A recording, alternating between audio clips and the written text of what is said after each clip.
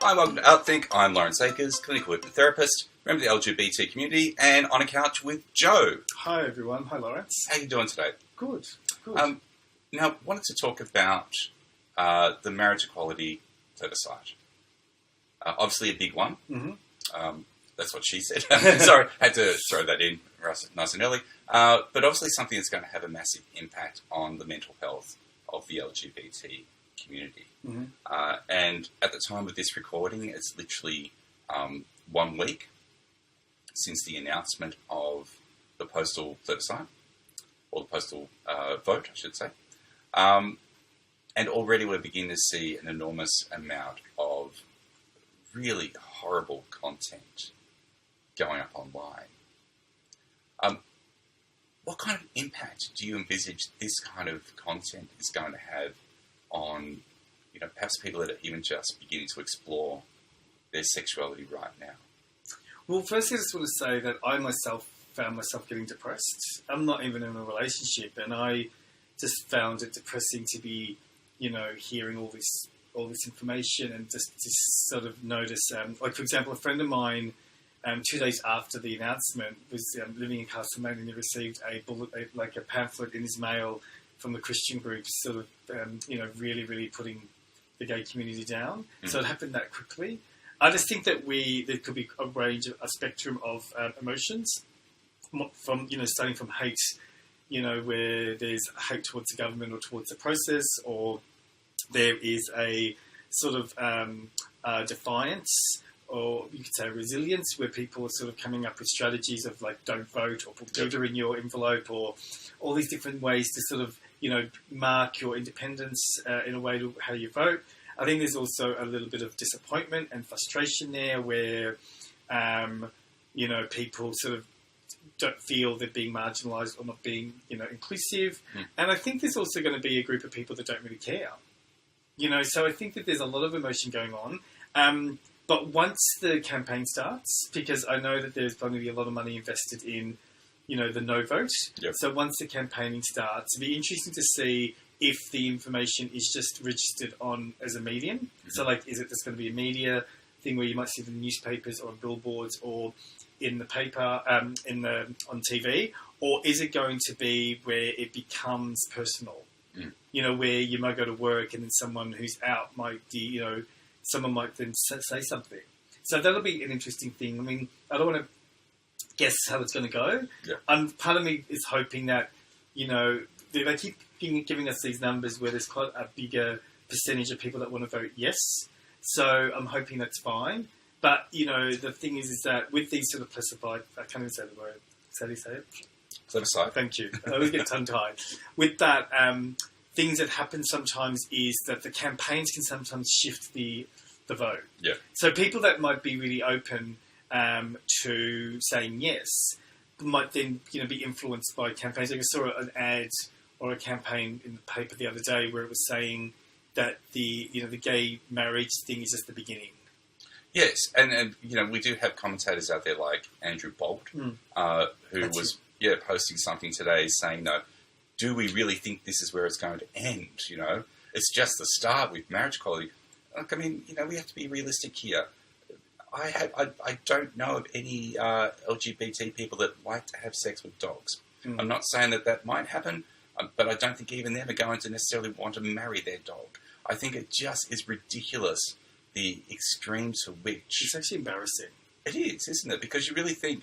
When you've got brothers and sisters from other countries who are allowed to get married, and other countries that are more Catholic-driven or more religiously focused, and they're so accepting. Like, I'm Maltese, and Malta has accepted gay marriage, and Malta has a church on every corner. Mm. Malta every night has a festa based on a religious, saint. Right, for them to turn around and say that they're accepting of gay marriage is just... Ireland. Yeah. Ireland's, again, heavily religious. Germany as well. So it's embarrassing in a way that we're sort of... We are really behind. Yeah. But, those people will... they're going to advocate the no vote. They're going to push, they try and push the scare tactics and making it look like that we are evil and corrupt and all those sort of things. And so I think this going back to your original question about mental health. I think that one thing that we need to be mindful of is banding together. Yeah. You know, supporting each other, and that even within our own community, I can see some of the discrepancies where we talked about the yes and the no. Like some people are saying, you need to vote, you need to make sure you register, and then other people are saying don't vote. Let's boycott. And so then people are starting to comment amongst our own group about that, because it's such a sensitive and such a volatile subject.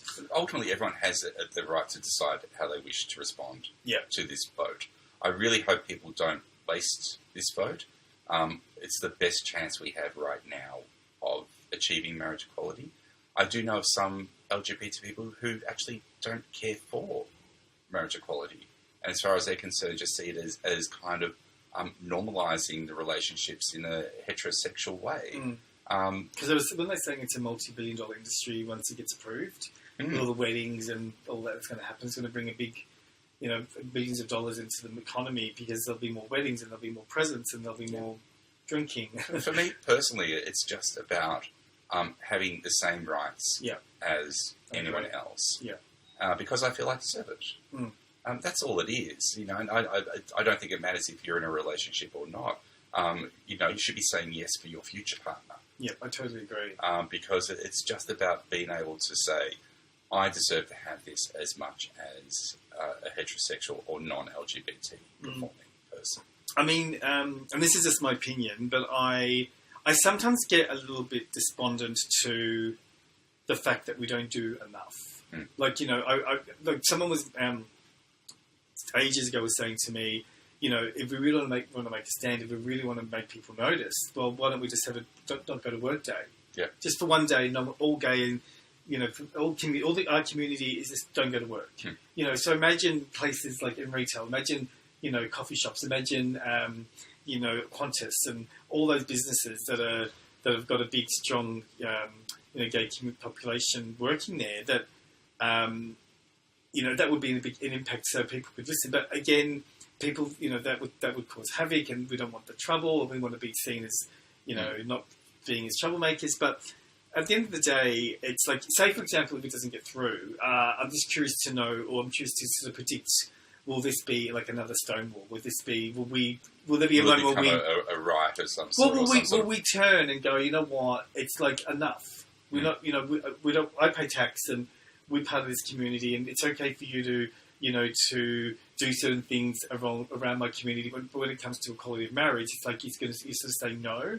I think regardless of if marriage equality happens now or not, it will happen at some point. It's an inevitability that marriage equality will happen at some point. I think that the people that are against marriage equality are generally an older population, which is why this postal vote is actually kind of skewed more towards the no immediately, because of the fact that younger people, I think there's some young people out there who've never seen an envelope in their life. I find that hard to believe, but I understand. Yeah. Well, they haven't actually registered to vote. Well, they haven't registered to vote. I can't remember where my original sentence was going there. I kind of got sidetracked by it. With the fact that it will eventually happen. Yeah, exactly. But, it would be great to be able to be involved in having it happen right now, to be this part of the history. I do find it kind of ironic that there are people out there who are afraid of marriage equality happening because they're afraid that it might cause prejudice against Christians and their beliefs. And it's like, yeah, but it's your beliefs that gay people are wrong. That's holding it back in the first place. Yeah. We're really just talking about people's belief systems here. Yeah, I mean, like with the Christian thing, don't get me started. Like I'm an ex-Catholic, and the whole thing with the church and the priests and all that sort of stuff. I mean, there's a lot of double standards. It is ironic that they say that they're afraid of marriage equality happening because of a fear of pedophilia. Now, I think statistically there are more heterosexual pedophiles than there are homosexual. Yeah. But that's you can't open up the paper without seeing a church scandal around it lately. Well, this is what I think, I'm sorry if I keep going back to your original question, but I think this is what we need to be really mindful of with, about, what do we do to help our brothers and sisters? Because there is going to be, for me personally, I remember like Wednesday it was, I think, and I was reading it and I just felt depressed. So I'm thinking, and it hasn't even started yet.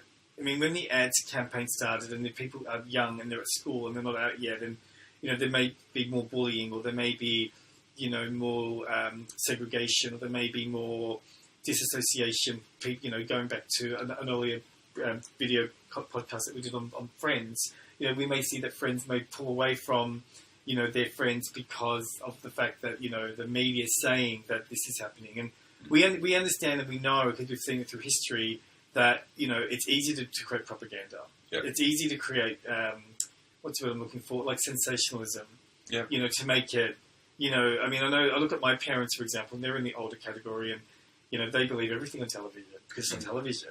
Yeah. If it's on television, TV doesn't lie. Yeah, so if the ads are saying all these things, then, a lot of people will believe. And, I think it must be really difficult to try and come up with the campaign for yes. Mm. Because, are you going to use emotion which may, filter into the people that are that don't see the world through those sort of, goggles? Or, do you come up with an anti sort of campaign to the no?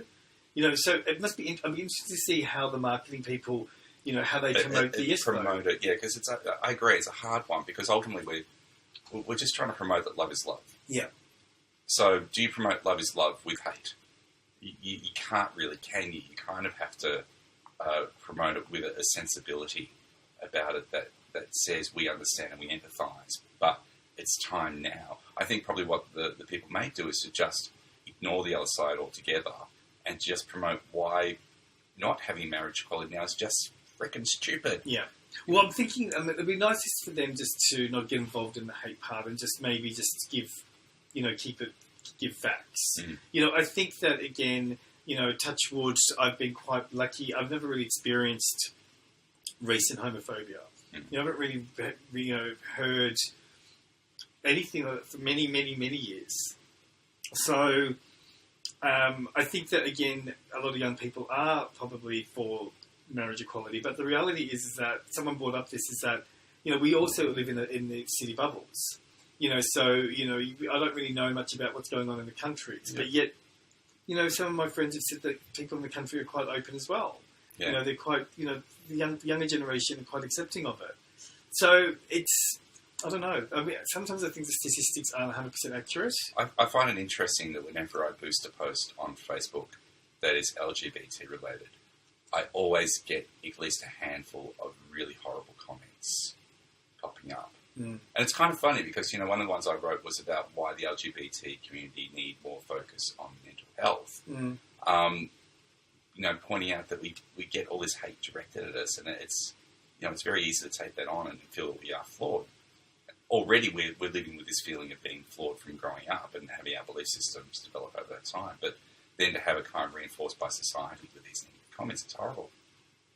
And generally whenever I see those comments, I just respond with the thank you for reinforcing my thoughts kind of response. It's like their actions are just totally proving that what I've written in the article is actually correct. Yeah. But do you think that a lot of the times, a lot of the comments are egocentric, like people just see the world through their eyes? And absolutely. It's their fear of either not knowing gay people or not knowing gay couples. They may not have ever met an openly gay person in their life. But the interesting they may also be latent homosexual themselves. Exactly. But it's interesting how Tony Abbott, for example, sister, and yet but he's still into the he's a really strong advocate for the no vote.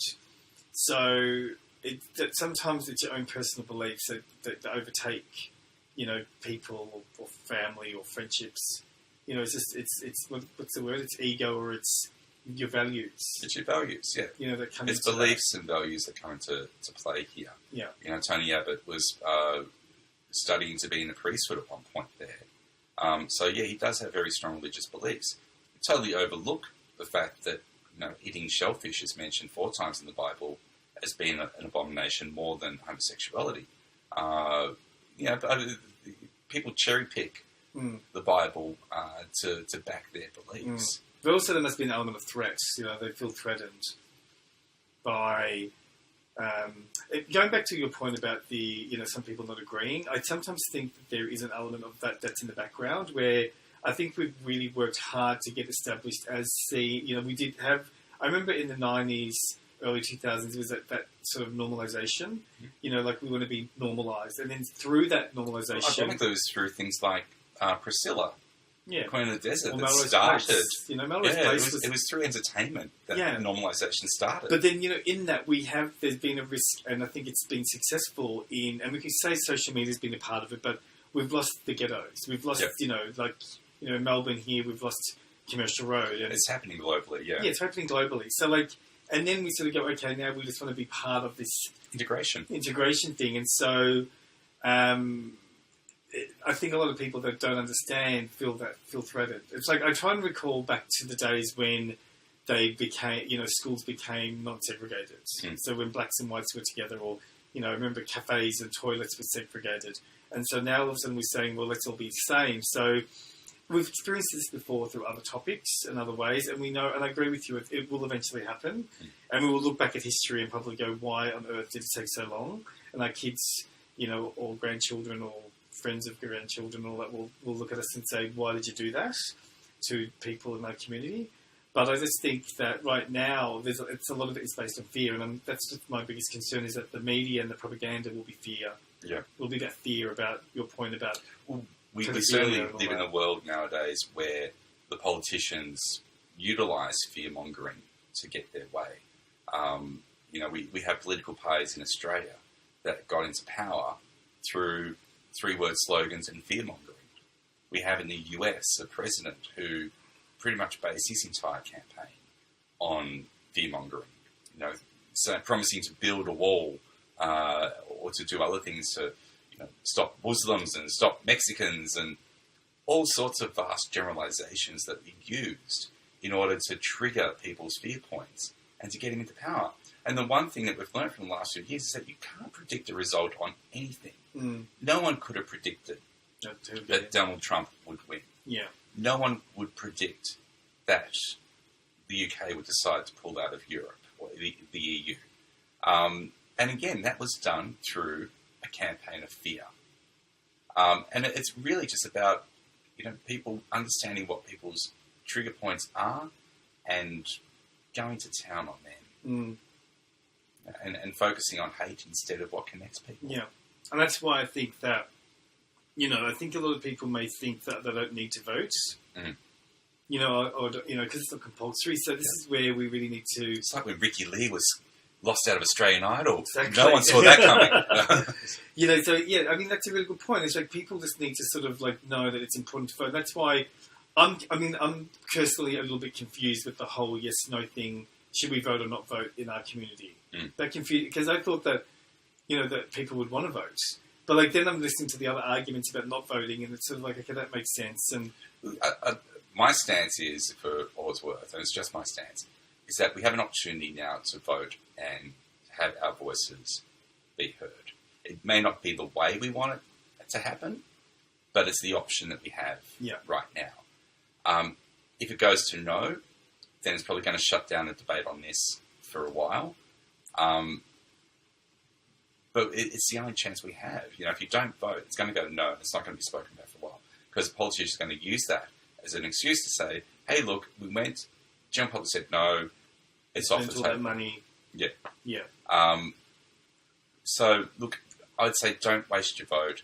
Don't put glitter in it. It sounds like a really camp idea, and I did think of doing it myself, but I think that would only give them reasons to discredit your vote.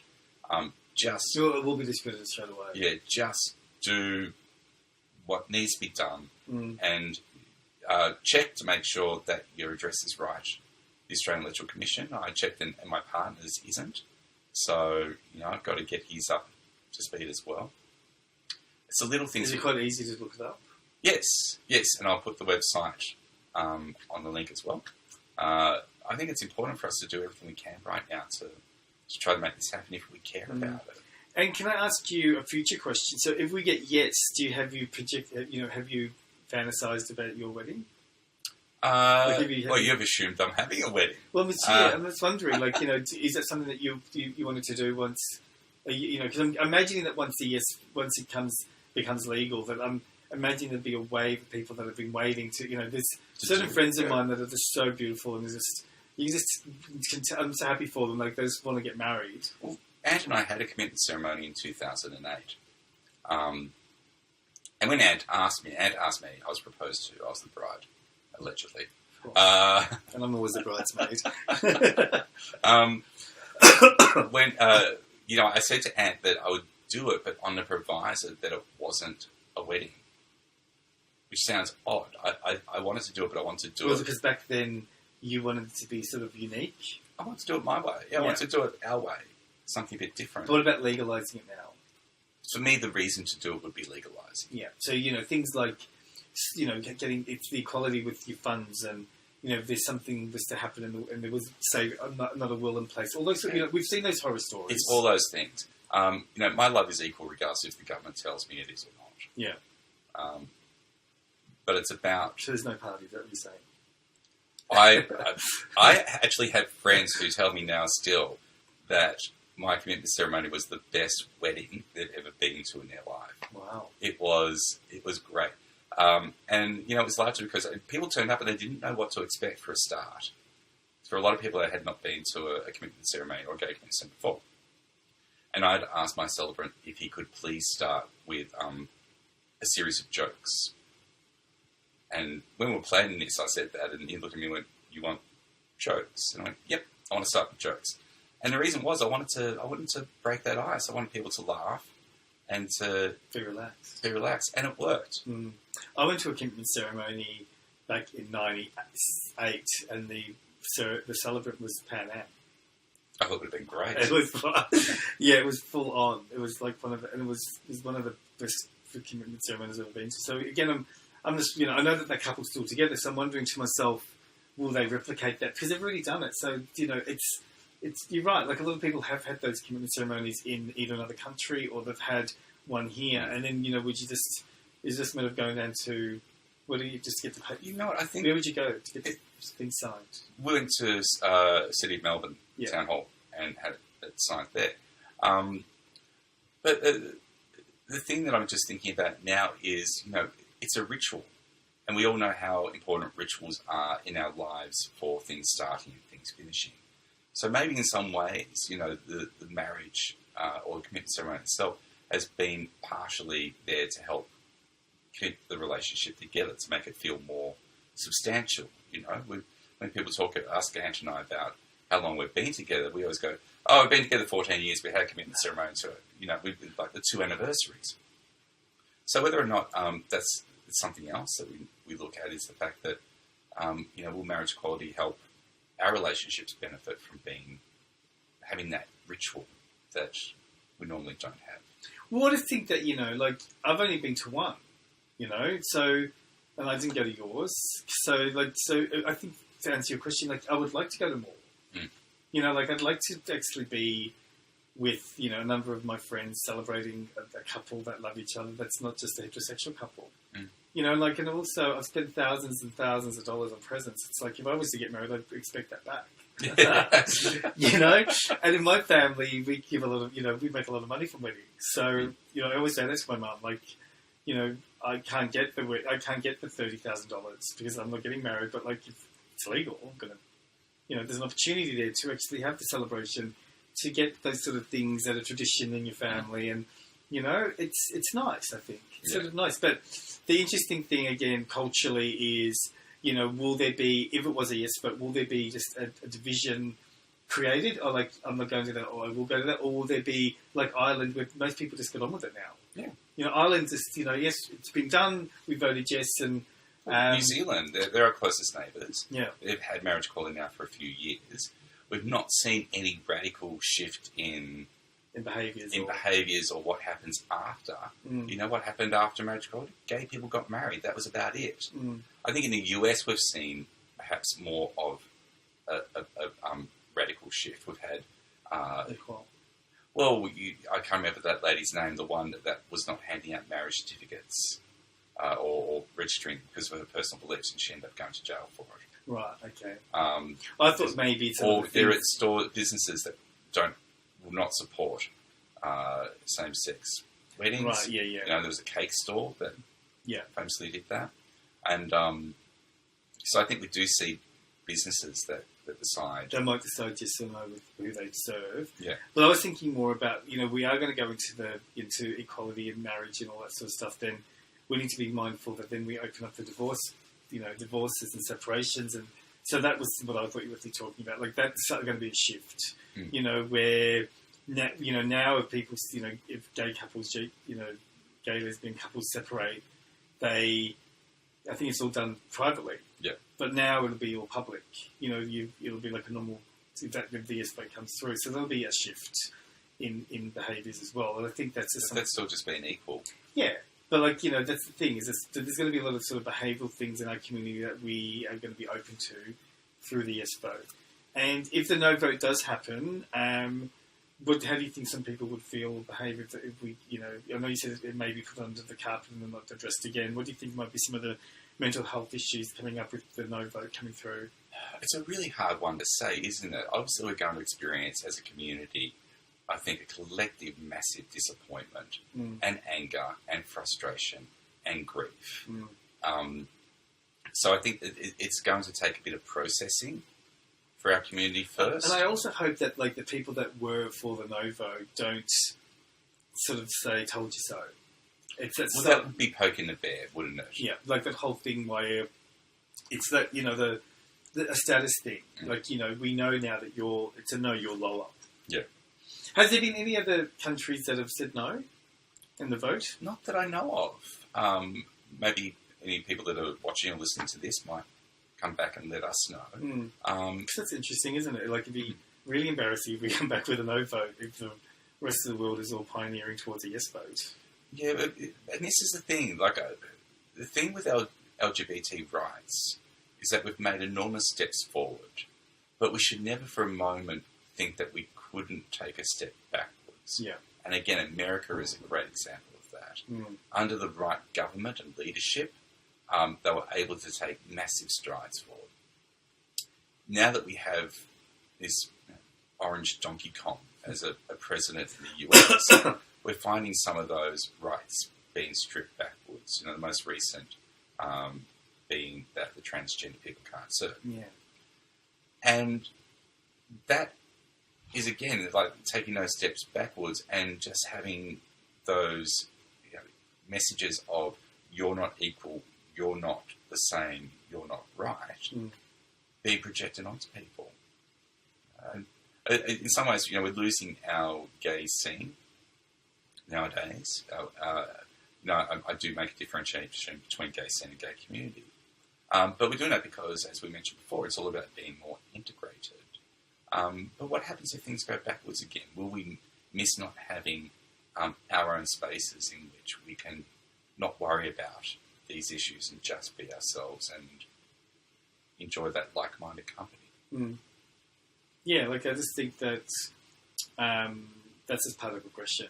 It's something that we've created ourselves. I mean, if we wanted some things in the past and now, it's the risk versus reward, isn't it? It's if we wanted to hide and be underground and, not talk about it and not be free, then, we would probably have a strong scene. But the reality is that now, as we've evolved, we've become, like you were saying before, with entertainment and through media and through television shows, we've become more accustomed to...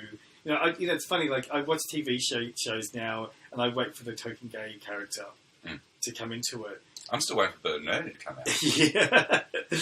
So it's interesting how then if everyday people are watching, TV at 7:30 at night and there's the token effeminate or the token gay or the token lesbian in the show and no one bats an eyelid. I went to watch Atomic Blonde the other day and, the Charlize Theron character was full on lesbian scenes and the audience, no one said anything.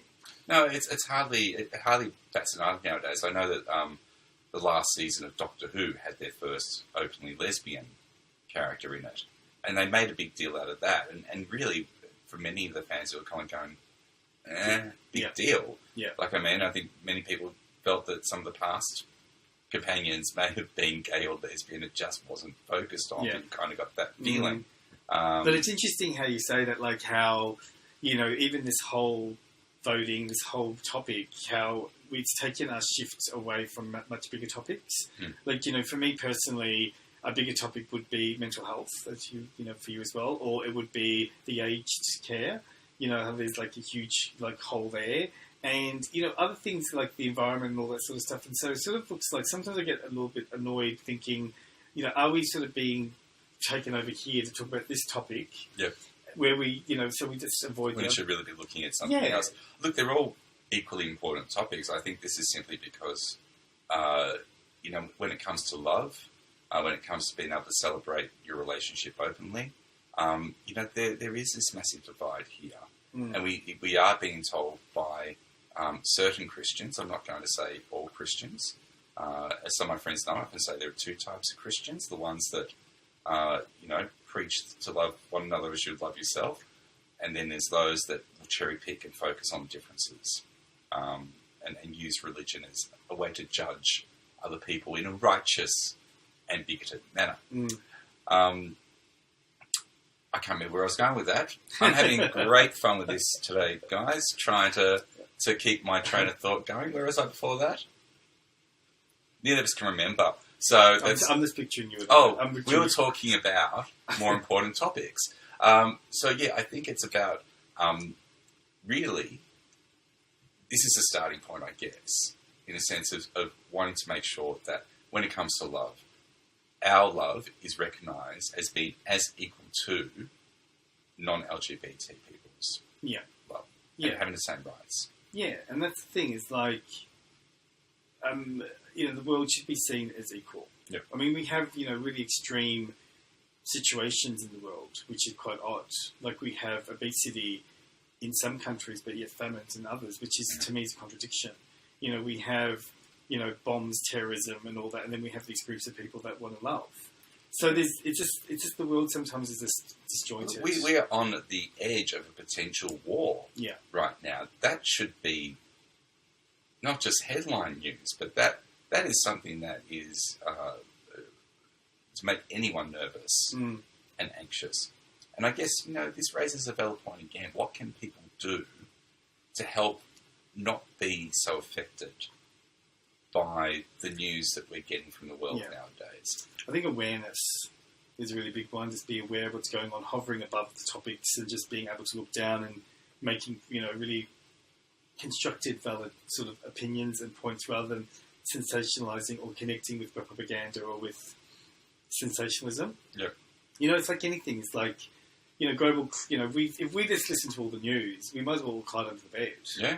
Because it's pretty scary stuff. But when you're actually aware, going, okay, what can I do about this? How can I action this? Are there small parts that I can take place? At the end of the day, we all can contribute one step at a time.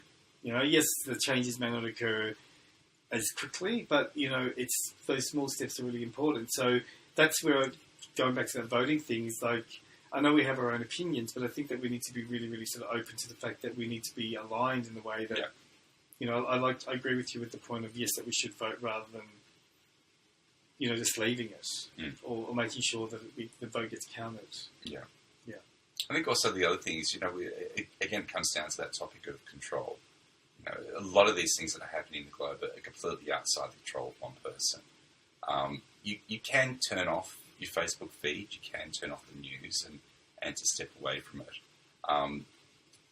I think, though, we just need to try to keep as positive a frame of mind as possible. We don't know what the outcome of these things are going to be. It'll be disappointing if all the horrors of the world end up going in a negative direction. But we need to be consciously aware of our negative expectancy as well, and to try to make sure that we realise that, that's not the outcome yet. That's not what's happened yet. It could turn out to be better than what we expected. Good.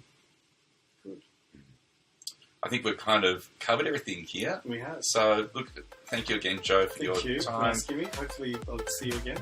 See you all again soon. And yes, we'll see you all again soon. Thanks for listening. Bye-bye, everyone. Vote yes.